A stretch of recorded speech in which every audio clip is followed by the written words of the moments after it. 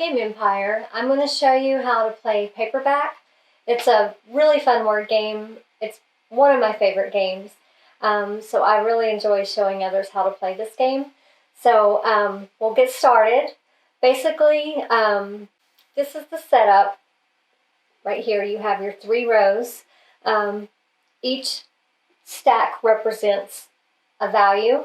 So here are your 2 cents cards, and these are always a 1-use card. Any of these over remain in your hand to use continuously throughout the game. So then you have your 3 cent, 4 cent, 5 cent, 6 cent, 7 cent, and 8 cent cards. And what that means is you'll be building words. This is your starting deck. Everyone starts with the same starting deck. You're building words, and the amount of points that you get for your word determines which cards you can buy. And of course, early in the game, you're not going to be able to buy as high-priced cards, but as you buy more of these cards that give you more points, the points are right here. The number right under the letter is how many points you get for that card. So the better cards you have, the more buying power you have. And the way to win the game is when two of these fame card piles are depleted. So obviously the one that's only worth 4 fame is 5 cents. Then these are 8 cents, 11 cents, and 17 cents. So once 2 of these rows are depleted, then the game is over. Another way to end the game, you have your common cards, and you randomly place, there's 4 of them, you randomly place them starting with the 7 letters. What that means is the person that can create a 7-letter word gets that common card. Once that one's got obtained, you move it down. Now it requires an 8-letter word to get the next letter, and so on, until we've never accomplished this. Normally, one person gets the 7-letter word and the game is over before anyone could get up to 8, 9, or 10 letters. But if someone happens to do that, once that last letter, if someone does a 10-letter word, they get this card and the game is over. But more than likely, the game will end with 2 of these piles being depleted. Okay, additionally, we have a theme card that everyone's working to obtain. It's 1 card, 1 person gets it. So your themes are pirate, western, sci-fi, paranormal, dystopia, and crime. So you just randomly choose one. We always just place it up there. So it gives you some examples. The words have to, this one's paranormal, so a word that someone makes has to relate to the paranormal. Some examples they give are romance, vampire, werewolf, and sparkle. That's not the only words, but that's some examples. And the whole, everyone playing has to agree that that word indeed represents paranormal. Another one that everyone is going for, oh, and before I forget, you get 5 fame points if you create that word and win that card. Then we're all also going for an award. So there's 4 of them, the thesaurus, editor, proofreader, and muse. And basically each one has its own goal. So the muse, the person with the most cards in their deck gains this card. So they would get 5 fame points. The proofreader, the person with the most letters J, Q, X, and Z gains this card. And then each one is different, so you would just randomly choose one. So in this game, we would all be playing towards the muse, and then these you just put away in the box. You don't need them anymore. Each person also gets a power card that they can use. So you just randomly let each person pick. For instance, I chose Ghost Rider. So on my turn, once per turn, after I draw, if I reveal a hand with 4 or more wilds, I get to draw a card. So what they're meaning by that, this is your starting deck. So say, because you normally would shuffle them. I draw my 5 cards. this never happens, but I drew 5 wilds because I set it up that way. I would get to draw another card, meaning I get an extra card to play with from my hand. You have your hands that you're constantly drawing from and reshuffling. The way you add to your hands is by buying these cards. As you buy them, they go into your hand. You're always drawing 5 cards by default each round. But there's certain cards, and there's, for instance, this P, if you play that in your word, plus 1 card next hand. So there's a lot of cards with special abilities that allow you to draw more cards on your next play. And this is what helps you to get those 7, 8, 10-letter words, and also gets you more points so you have more buying power. So let's just do a mock hand. Okay, so this is my deck right now. It's the starting deck. So I'm going to draw 5 cards. So I drew 3 wilds, an N, and a T. And on your hand, you can use the common card, whatever letter's on top of that pile, or you can use it every turn, but only once. You can't duplicate that letter. But you don't have to use it. If you do use it, it gets you 1 point. So most of the time you're going to use it because there's not many vowels in your deck. So I'm going to just quickly do a word. So I'm doing stains, S-T-A-I-N-S. I used all my cards, but it's still only a 1, 2, 3, 4, 5, 6 letter word. So the only thing I get, wild cards get you no points, is 1, 2, 3 points for that. So I can buy a 3-cent card. My choices are, if this card is the last letter in the hand, I get an extra card next hand.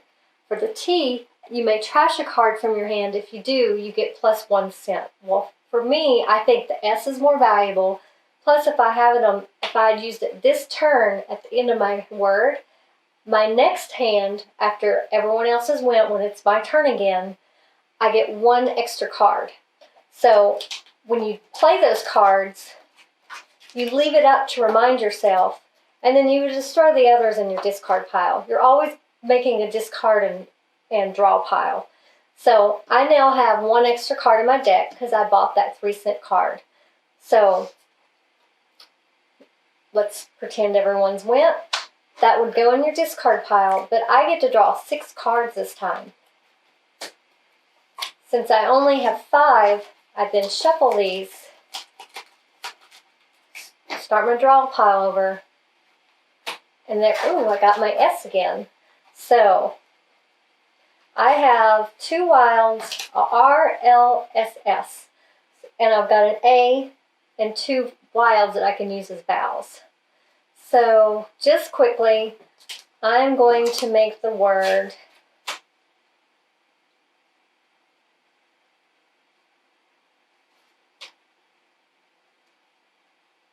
okay, so I'm going to make the word rails, R-A-I-L-S.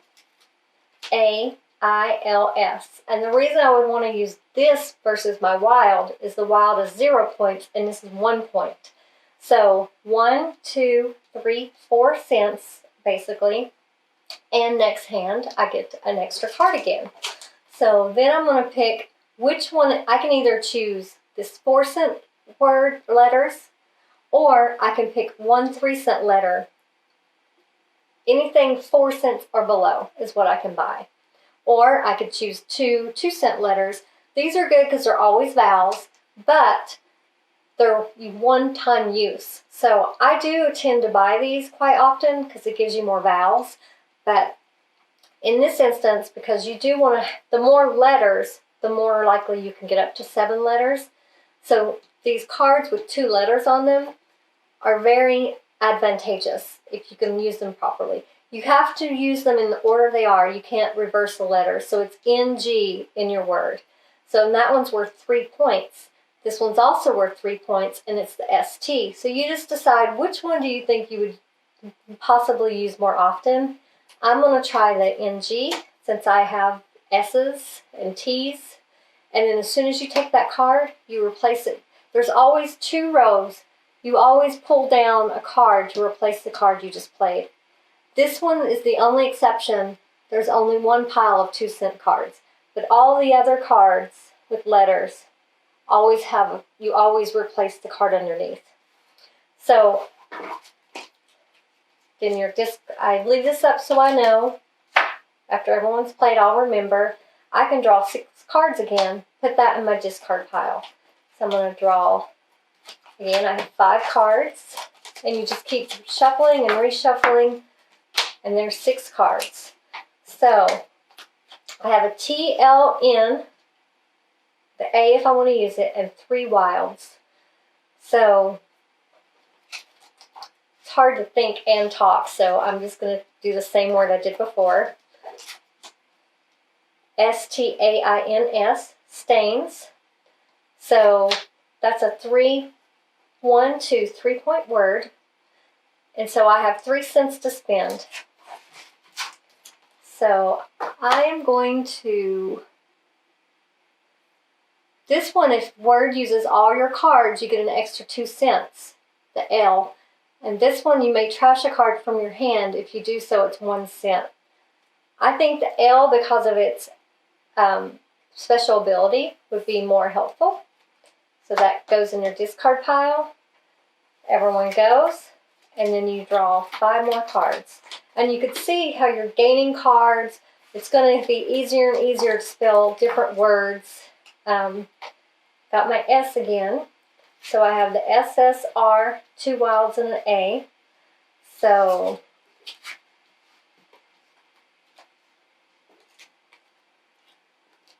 I'm going to spell grass, G-R-A-S-S. So that is a 1, 2, 3, 4-point word, and next hand I get an extra letter. So we still don't have enough to buy the fame card. The lowest one is 5 cents. So I need to build up my points by getting these. So I have 4 cents. So as I start using these are worth 3 cents. So it'll be easier and easier to make words that are worth more. So I'm going to do the SE, and that's worth 3 cents. Leave that up, and then you just keep going around in this fashion until either there are 2 of these piles that are depleted, or everyone's collected all of the common letters. Another aspect of the game that we do, it's optional, are these cubes. I love the cubes. The way we use them is sometimes it's difficult to come up with a word, or people just don't, you're seeing a word they're not seeing. That happens all the time.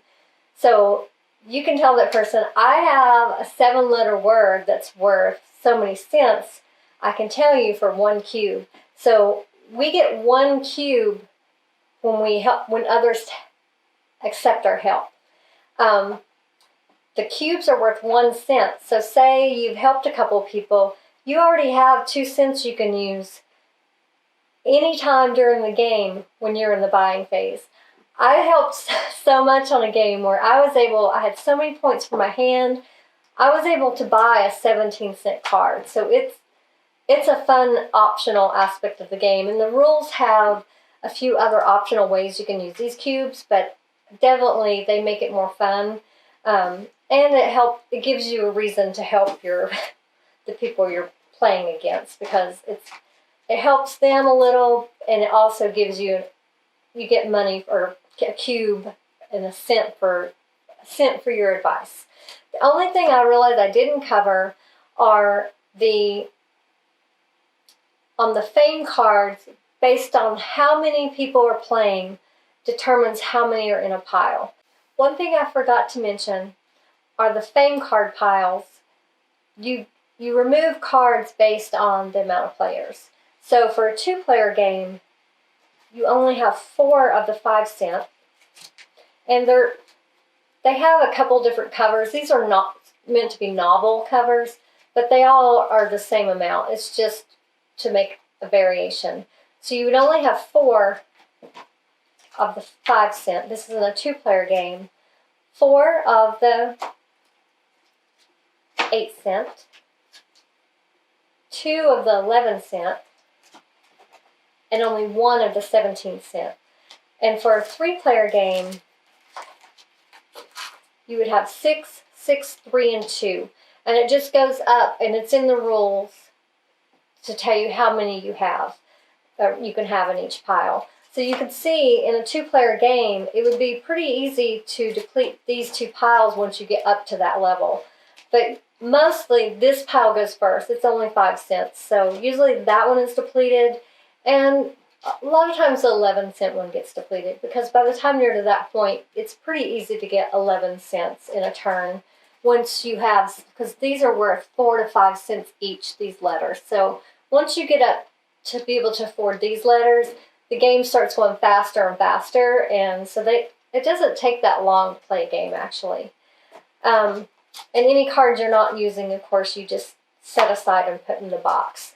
So basically, to recap, your turn is you draw 5 from your deck, you create the word, then you score your word based on how many points are on the card. Then you buy the cards that you can based on how many points you got. Points represent cents. Then you discard those into your discard pile and draw your next 5 cards or more if you had a special ability that said you could do that. And then you just keep going around and around until either 2 of these are depleted or someone's bought all of the 4 common cards. I believe I covered everything. It's a really fun game. It doesn't take that long, and I would suggest definitely getting this game. It's one of my favorites. And I know there's expansions. We haven't played those yet, but I'm looking forward to getting those and adding those on, because I'm sure they just add a whole new aspect to the game. Thank you for watching. If you like this video, please like and subscribe, and we look forward to seeing you next time.